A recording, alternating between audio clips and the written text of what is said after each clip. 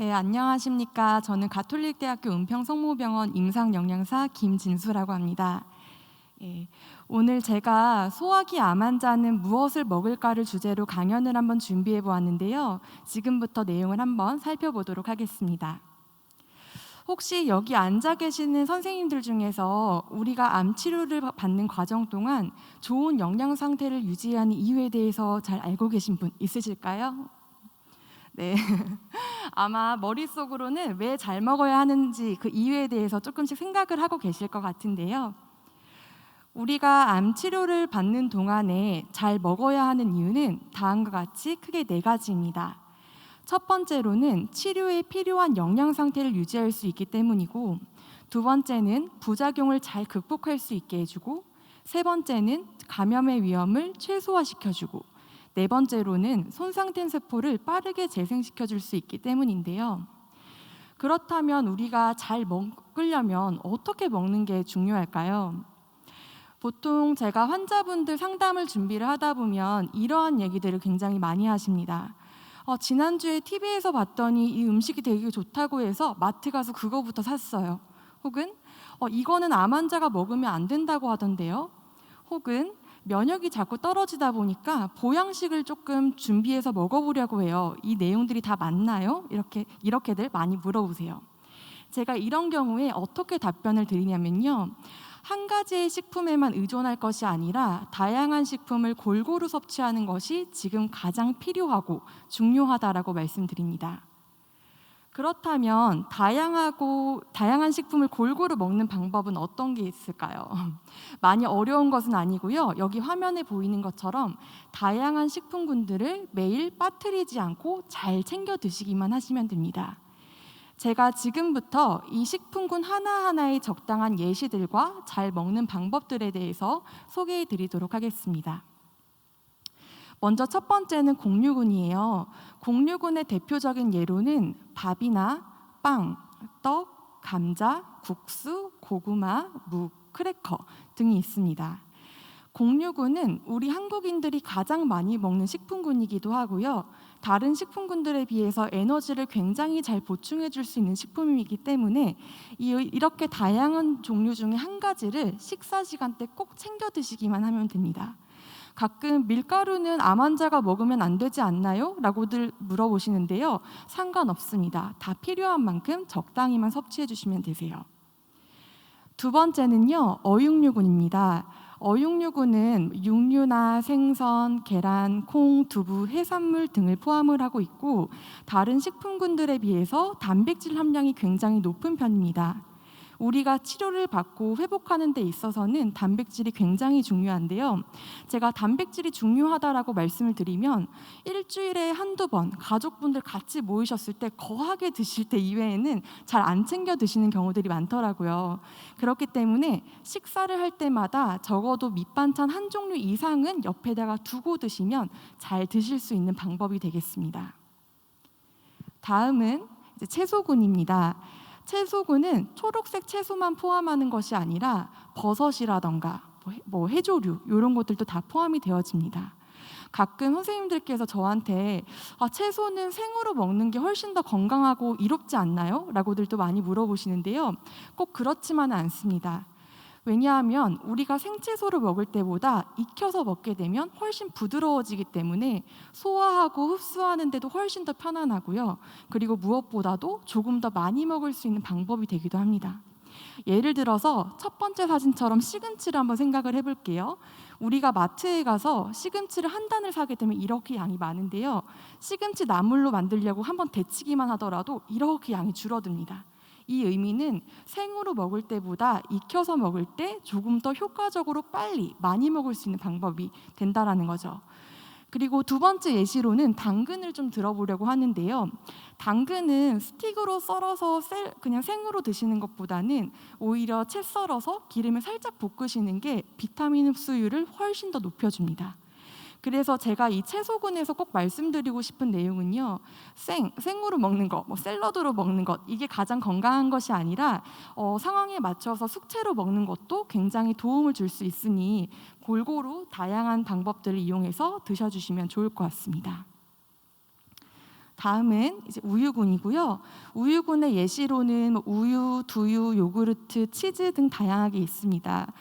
혹시라도 뭐 우유 드실 때 가스가 너무 차시거나 뭐 설사하시거나 이런 불편감이 있으시다면 우유 대신에 뭐 두유나 요구르트 혹은 소화가 잘 되는 락토프리 우유 이런 것들로 선택해서 드시면 될 것 같고요. 다음으로 과일군의 경우에는 제철 과일을 값싸게 잘 활용하시면 됩니다.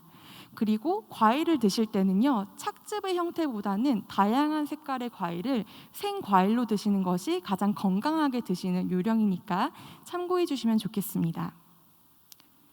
마지막으로 지방군인데요. 지방군은 우리가 음식할 때 사용하는 식물성 기름도 포함이 되고 견과류라던가 아니면 깨 종류들도 포함이 되어집니다. 그래서 저는 이 지방군을 소개해 드릴 때는 무조건 제한해서 드세요 이렇게 하진 않고요. 나의 기호에 맞춰서 입맛에 맞춰서 무침이나 볶음, 전, 튀김 다양한 방법들로 골고루 섭취하시라고 권장을 드리고 있고요. 그리고 가끔씩 어떤 오일이 제일 좋은가요? 이 기름을 꼭 사 먹어야 되는 거 아닌가요? 이렇게 물어보시는 경우들도 많은데 사실상 식물성 기름은 다 좋습니다. 그렇기 때문에 자신의 기호에 맞춰서 선택해서 이용해 주시면 좋을 것 같아요. 그래서 선생님들이 이제 식사를 구성을 하실 때 곡류군 하나랑 어육류군 그리고 채소군을 하나의 세트로 해서 식사를 만드시기만 하시면 균형 잡힌 식사를 보다 손쉽게 완성을 하실 수가 있는데요. 우리가 아무리 잘 먹어야 되고 균형 잡히게 먹어야 되고 이런 걸 강조를 해도 치료 과정 동안에 여러 가지 증상들이 발생하다 보니까 균형식을 유지하는 데 어려움이 좀 있을 수가 있어요. 뭐 예를 들면 입맛이 너무 떨어진다거나 울렁거려서 토를 한다거나 혹은 입맛이 너무 변하거나 하는 문제들이 있을 수 있는데요. 이런 문제들이 발생했을 때 대처하는 방법들에 대해서 제가 자세하게 기술을 해뒀고 책자에도 있으니까 나중에 한번 확인해 보시면 좋을 것 같습니다.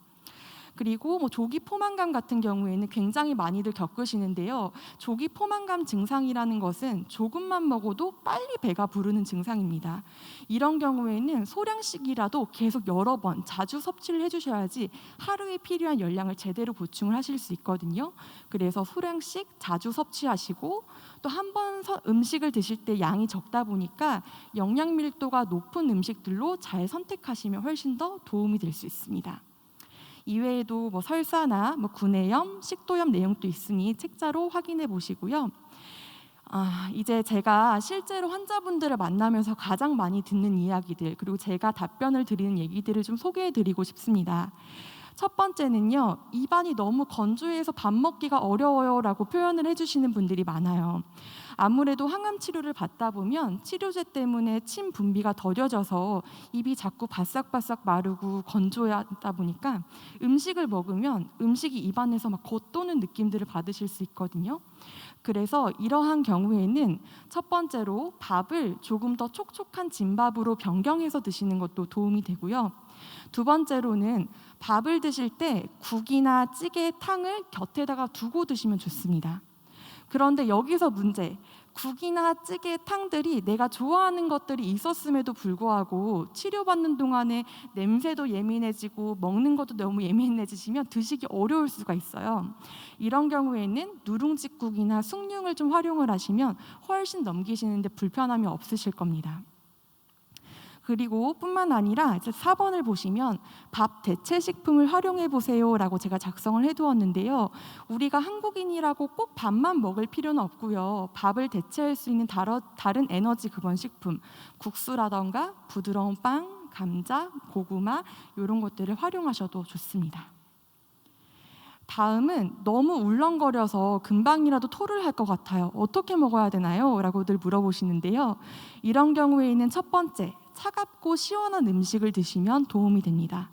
가장 쉬운 방법은 우리 보통 집에 가면 냉동고에 얼음 꽉 얼려두는 케이스 있죠. 거기에 얼음을 조금 만들어 두신 다음에 물을 드실 때나 뭐 커피를 드실 때 혹은 음료를 드실 때 얼음을 동동 띄워서 아이스 형태로 드시면 증상 완화에 굉장히 도움을 많이 받으실 수 있고요.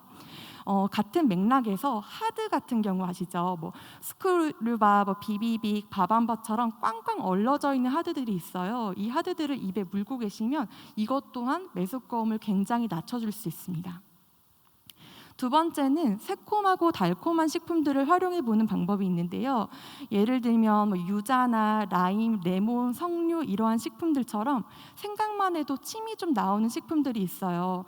이 식품들을 사이다나 탄산수랑 섞어서 에이드 형태로 드셔도 괜찮고요. 아니면 물에다가 태워서 차 형태로 이용하셔도 좋습니다. 그리고 마지막으로 생강도 제가 한번 말씀을 드리려고 하는데요. 생강이라고 하는 식품은 메스꺼움을 굉장히 잘 잡아준다고 이미 해외 학술지에서도 많이 보고가 되었습니다.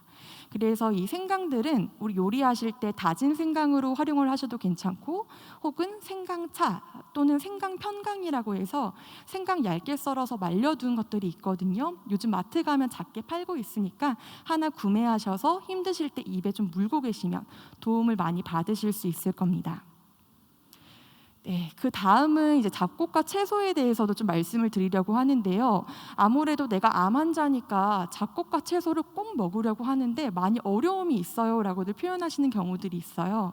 이런 경우에는 혹시 이렇게 제가 5가지를 적어놨는데 조금만 먹어도 빨리 배가 부른다거나 설사를 하시거나 가스가 차거나 혹은 입안에 염증이 너무 많아서 씹기가 어려운 경우, 그리고 소화가 잘 안 되는 경우라면 굳이 잡곡과 채소를 많이 드시려고 하시지 마시고요. 잡곡밥 대신에 흰밥으로, 채소군은 일시적으로 줄여서 드시거나 아니면 데쳐서 부드러운 방법으로 섭취를 해주시면 도움을 많이 받으실 겁니다. 그 다음 마지막으로는요, 입맛이 너무 없어서 도저히 먹을 수 있는 게 없어요 라고 표현하시는 분들이 많은데, 제가 이럴 때는 영양 보충 음료를 적극 권장해 드립니다.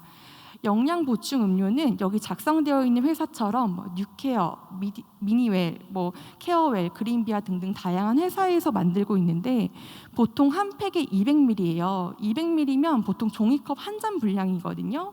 이거를 다 드셨을 때의 효과는 밥 3분의 1 공기에 고기 반찬 한 접시에 채소 반찬을 한 접시 먹은 것과 동일한 효과가 있습니다.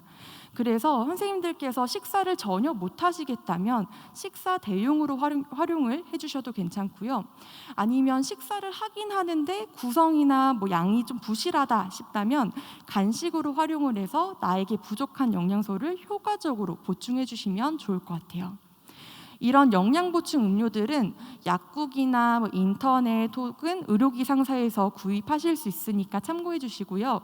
저희 조금 있다가 영양 상담 받고 나시면 이 영양 보충 음료들 샘플 다 챙겨 드릴 거예요. 그 집에 가져가셔서 여러 가지 시도해 보시고 입에 맞는 걸 꼭 찾아서 적극적으로 이용해 보시면 좋겠습니다.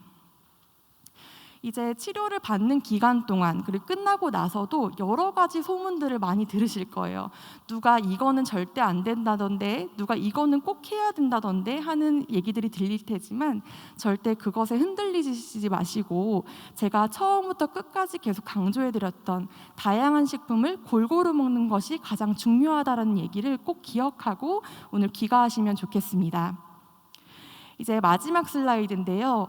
이제 나에게 맞는 건강한 식사라고 하는 것은 내가 어떤 질환을 가지고 있고 또 어떤 치료를 받고 있고 나의 영양 상태는, 그리고 내 소화력은 어떤지에 따라서 굉장히 다르게 접근이 되어야 합니다.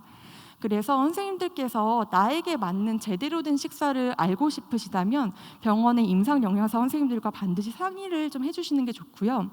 특히나 오늘 같은 경우에는 끝나고 영양부스에서 상담 받으실 수 있으니까 영양상담 신청서 잘 기입하시고 조금 이따 한번 뵙도록 하겠습니다. 네, 오늘 제 강연은 여기까지 마무리를 하고요. 조금 이따가 저는 상담 코너에서 한 번 더 뵙도록 하겠습니다. 감사합니다.